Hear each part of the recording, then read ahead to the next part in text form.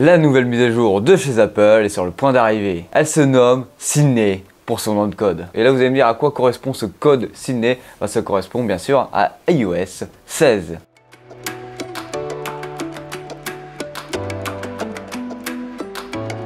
Comme chaque année, Apple nous fait une belle petite conférence le 6 juin. C'est la MWWDC, en gros c'est la conférence annuelle pour les développeurs d'Apple. Et lors de cette présentation, ce qui est le plus attendu, c'est la présentation de iOS 16, ou en tout cas la version prédestinée aux développeurs. Parce que la version stable de celle-ci devrait sortir en septembre à la même occasion que les iPhone 14. Bien sûr, entre deux, vous aurez la version bêta que vous pourrez tester sur vos iPhones. Bien sûr, pas pour tous les iPhones, on le verra par la suite. Alors, quelles sont les grandes nouveautés de cette mise à jour majeure que Apple fait quand même chaque année? J'ai sélectionné les nouveautés les plus importantes et surtout celles qui me paraissaient les plus innovantes. On aurait la détection automatique de collision, c'est-à-dire lors d'un accident par exemple dans votre voiture ou autre, votre téléphone appellerait directement les urgences à la simple secousse de l'accident ou du choc. Imaginez, vous êtes dans la forêt sans réseau. Bon, actuellement c'est un peu difficile de ne pas avoir de réseau en forêt, parce que même moi dans les forêts où je vais faire mes petites vidéos, j'ai quand même la 4G à fond. Mais admettons, vous vous trouvez à Pétaouchnok. Vous aurez la possibilité de faire des appels d'urgence par satellite. Votre GSM sera directement connecté au satellite. Alors cette fonctionnalité,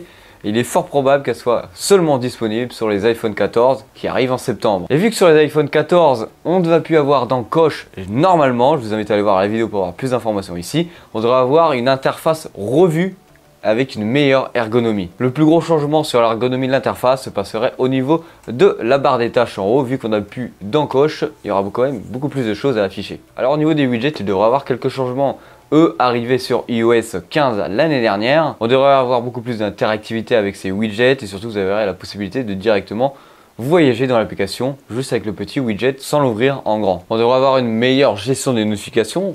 Entre autres, le mode concentration serait amélioré lors de son activation pour gérer au mieux les notifications que vous allez pouvoir voir ou surtout les notifications que vous allez recevoir. Pour la dernière nouveauté que je vais vous présenter, c'est une fonctionnalité que je me suis demandé comment ça se fait que c'est toujours pas chez Apple ça.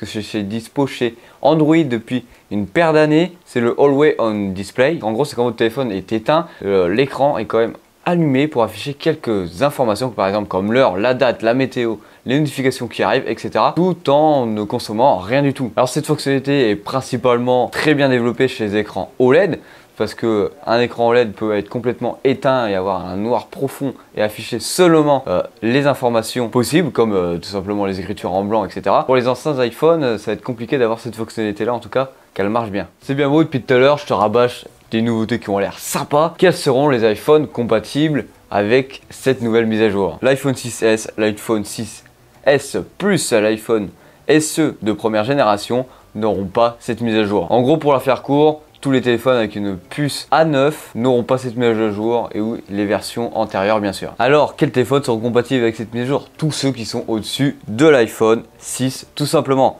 Tous les iPhone 7, tous les iPhone 8, tous les iPhone... Tous les iPhone X, donc en gros XR, XS, XX Max, et ça, tous les iPhone 11, tous les iPhone 12, iPhone 13 et iPhone 14, même les derniers iPhone SE seront compatibles avec celui-ci. Ça fait quand même beaucoup de téléphones compatibles, ou en tout cas des téléphones assez récents de chez Apple, pas des téléphones qui datent de la guerre ZZ quand même. Alors je t'arrête tout de suite. Tu n'auras pas forcément toutes les fonctionnalités que j'ai pu citer juste au-dessus si tu as un iPhone 7 par exemple ou un autre téléphone, car ils n'auront pas les technologies embarquées ou la possibilité de le faire directement. Alors selon toi, quelles sont les fonctionnalités que tu attends le plus sur cette nouvelle version majeure d'iPhone? Allez, n'hésite pas à t'abonner, à liker, c'était Hugo sur la chaîne Gigatop, allez bisous.